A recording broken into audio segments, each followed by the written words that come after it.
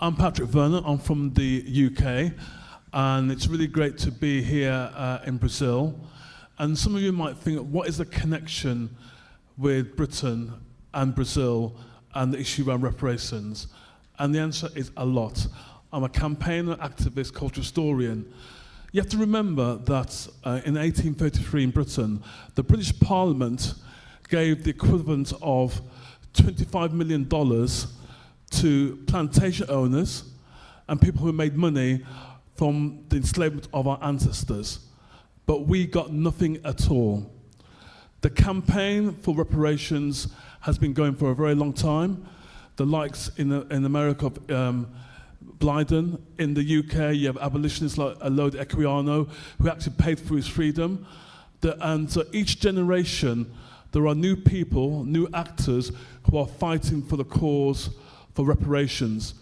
All of us here are the next generation. This is part of a social movement that we have to continue, and that is why the Humanity Pact is the document that binds us from wherever we are in the world to fight for justice.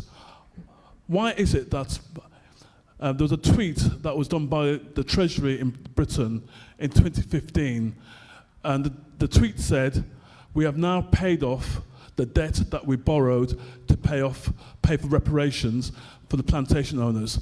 That meant when my parents came from Jamaica to Britain in the 1950s, in their taxes, they were paying off reparations.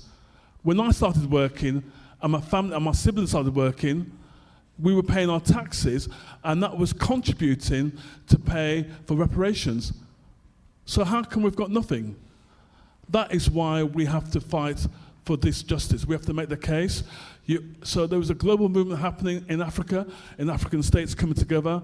Caribbean states are coming together, and this is my second time to Brazil this year, which is really fantastic, fantastic country and people. And there's a social movement in South America around this. We have to come together and to say to the European world leaders, stop being in denial, have a decent conversation and respect us. Because unfortunately, one of the legacies of enslavement is our humanity was taken away. We know that. It was taken away, and then we were trying to negotiate for our humanity. The rules are against us. But history tells us, from the Haitian Revolution to the independence of the Caribbean, to the independence of Africa, the independence of South America, if we come together, we can make a difference. We are in a pivotal moment in world history, and we have to raise our game, all of us. We can't simply say, come to conferences and say, that's great, and pass a resolution. We have to raise our game to fight for the rights, not for the future rights, but the past rights of our ancestors. That's why I'm here. Let's work together. let's create that future and reimagine the narrative that we not only were we the first people on this earth, this planet, but we can lead the world to a better place as well. Thank you.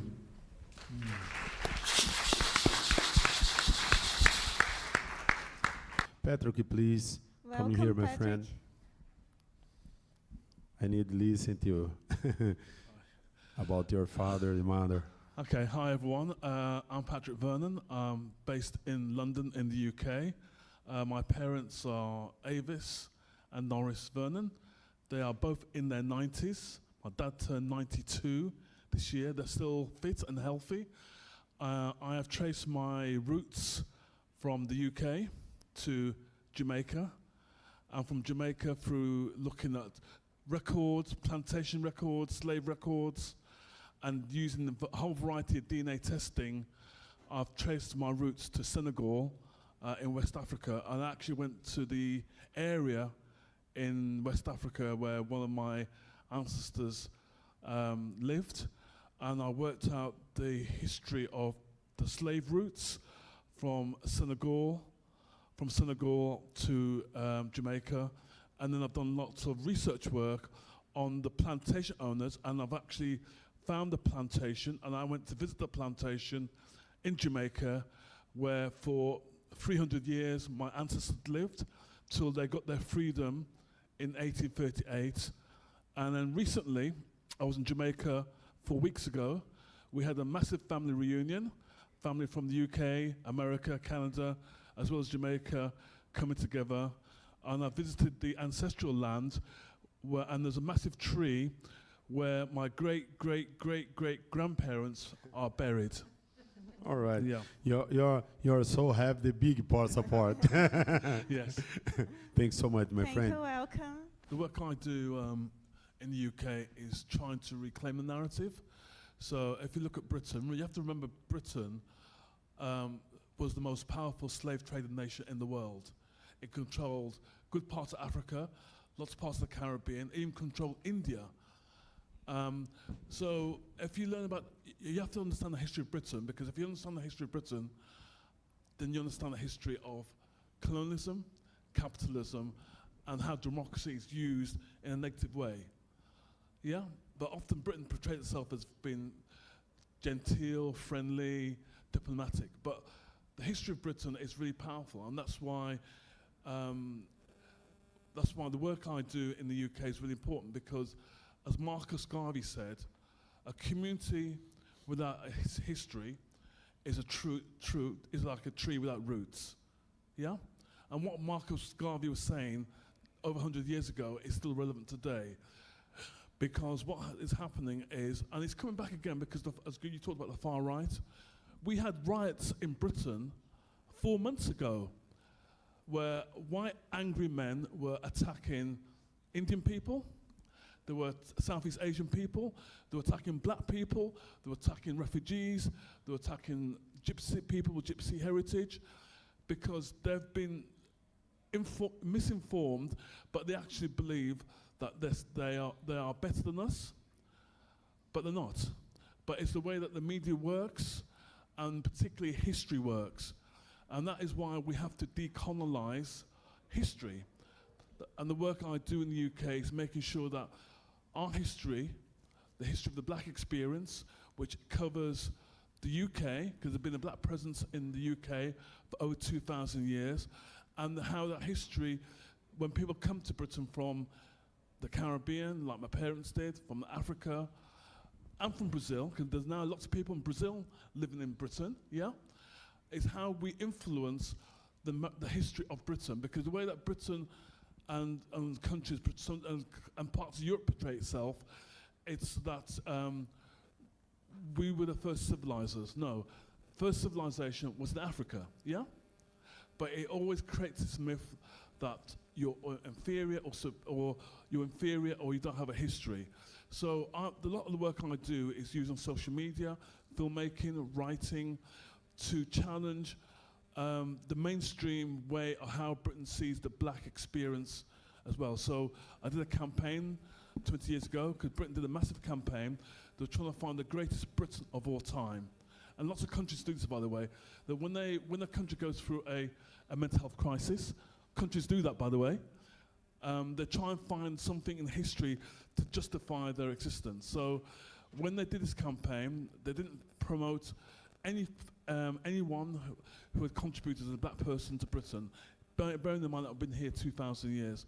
So I challenged that with my own separate website, campaign, got the media on board, and it was the first public campaign to say to the average person in Britain that black people are here, this is our home, we're not going anywhere, and by the way, we've actually contributed to Britain through the enslavement of our ancestors, and this is really important. And what I've noticed in Brazil, you are going through a similar journey.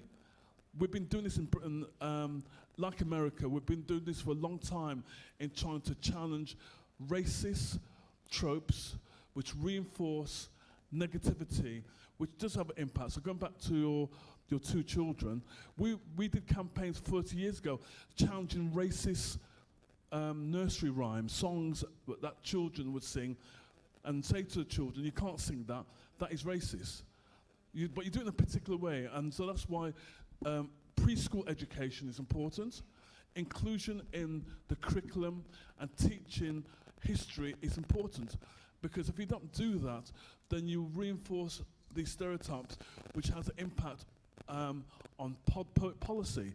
It means that if you have a racist historical perspective of a community, it means when you determine social policy around housing, education, health, employment, business, then people think, well, they don't deserve this. We're not going to give you the resources. We're not going to help you. So that's why changing the narrative is really, really important to do that. And the other thing to add about changing the narrative, that we have the permission, all of us have the permission to change the narrative. We can't wait for government, and sometimes you can't wait for universities.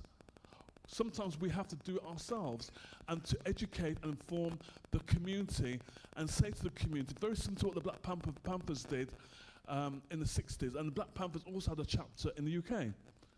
Yeah, and those that were involved in the Black Panther in the UK taught me and influenced me. So this is really important, that each generation has to pass on a baton of history, culture, and confidence. Because when you're in these spaces, I'm sure all of you got examples, when you're in these spaces where you might be the only person that's black or indigenous, and you're fighting and you're campaigning, they will try and either seduce you with power and say, listen, we will look after you, don't worry about that, we will look after you. Or the alternative is they will give you a hard time.